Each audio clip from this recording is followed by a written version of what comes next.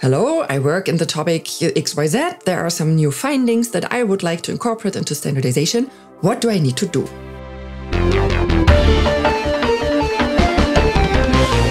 Human beings are not ants. Unlike our tiny friends, we don't naturally know how to live together in large groups. This is why we need rules. And besides political rules, we also have technical rules, also known as standardization. It's actually one of our democratic rights to contribute to shape these rules. In this podcast, I will not tell you what you really should know about standardization. Because Amelie Leibrand will. Welcome back to our little series, Human Beings Are Not Ants, what you never wanted to know about standardization, but definitely should know. My name is Amelie and I'm happy that you've joined me here again today. We've already talked about how standardization is the process of how the contents of standards are developed. The Dean ensures throughout the development of a standard that it is democratically legitimate and complies with antitrust legislation. And that one method of ensuring that this is the case is the composition of the experts on the standards committees. Today we will talk about what this means in concrete terms. Who are the people who sit in standards committees and develop these documents? These people referred to as experts by Dean. Would you also be able to get involved? And do you need a doctor title or something like that? Yes, you can participate, and no, you do not need a special title. Okay, that's simple enough, but how does it work? Well, you can always give us a call here at Dean. We are just people too, you know. You can talk to us. If you want to be prepared to make such a call, this is what to do. Take a look at the list of Dean standards committees on our website. The list is sorted both alphabetically and by topic. We've put both links in the episode notes. You can imagine the standards committees being organized like a chest of drawers. On each drawer, there's a broad topic labeled, such as building and civil engineering, water management, materials testing, services, and so on. Once you've found your particular topic and open up the drawer, there you find a kind of a sock sorting system. These are the national committees. This is an important tip for using our website because it's very diverse and represents the whole broad spectrum of standardization, so to speak.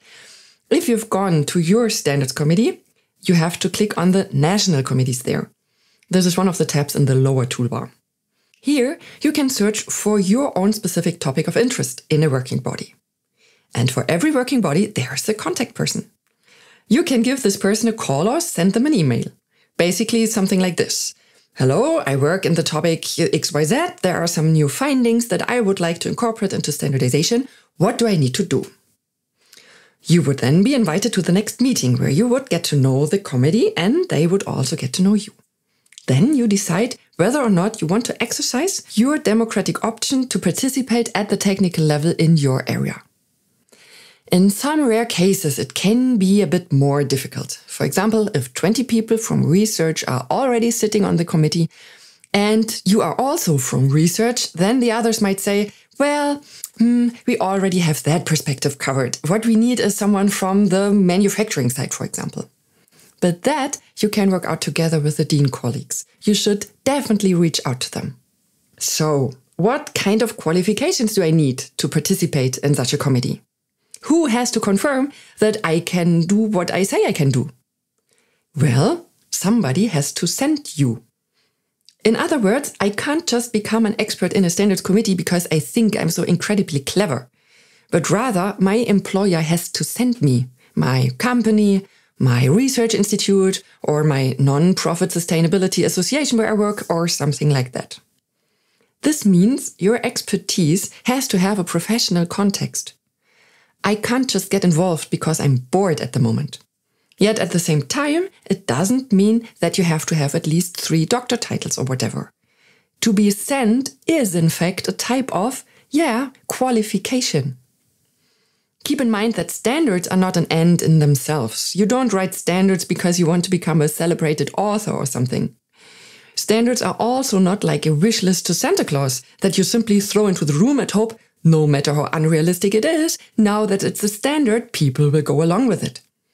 Standards are tools in text form, written by people who need them to work, for people who need them to work. So, through the composition of the standards committees, DIN ensures that our high standards are maintained, that the standards are democratically legitimate and in compliance with antitrust legislation. The idea is that by really taking into account all points of view on a matter, there won't be an unfair bias in the document, which could arise, for example, if only the manufacturers were to sit down together. This could present a risk that requirements that would cause costs for manufacturers would perhaps not be taken into account to a sufficient degree. For example, environmental protection or consumer protection.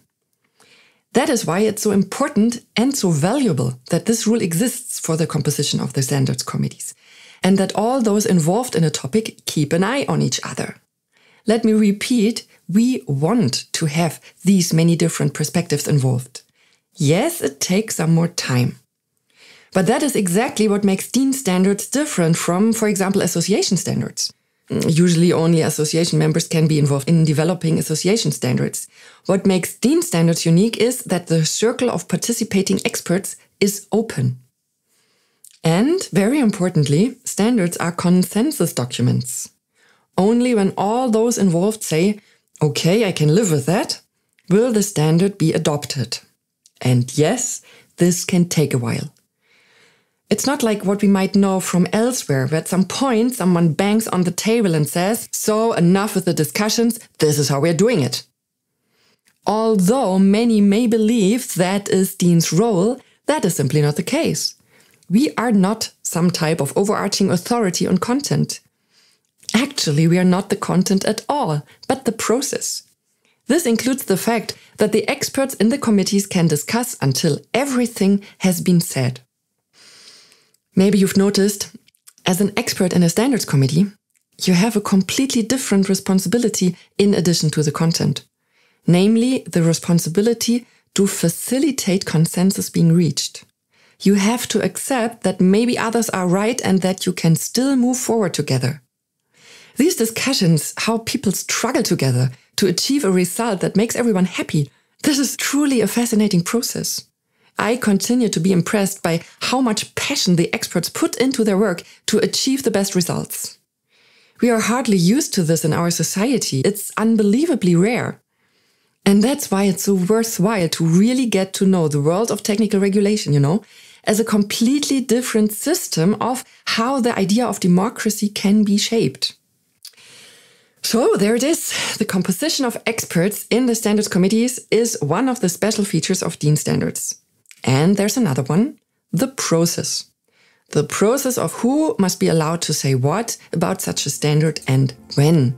How this is to be taken into account and how it is to be dealt with if reaching an agreement becomes difficult. This is all quite exciting. And all of you have the opportunity to jump in and get involved. I will explain all of this in detail next time. Until then, I look forward to having you here and stay curious.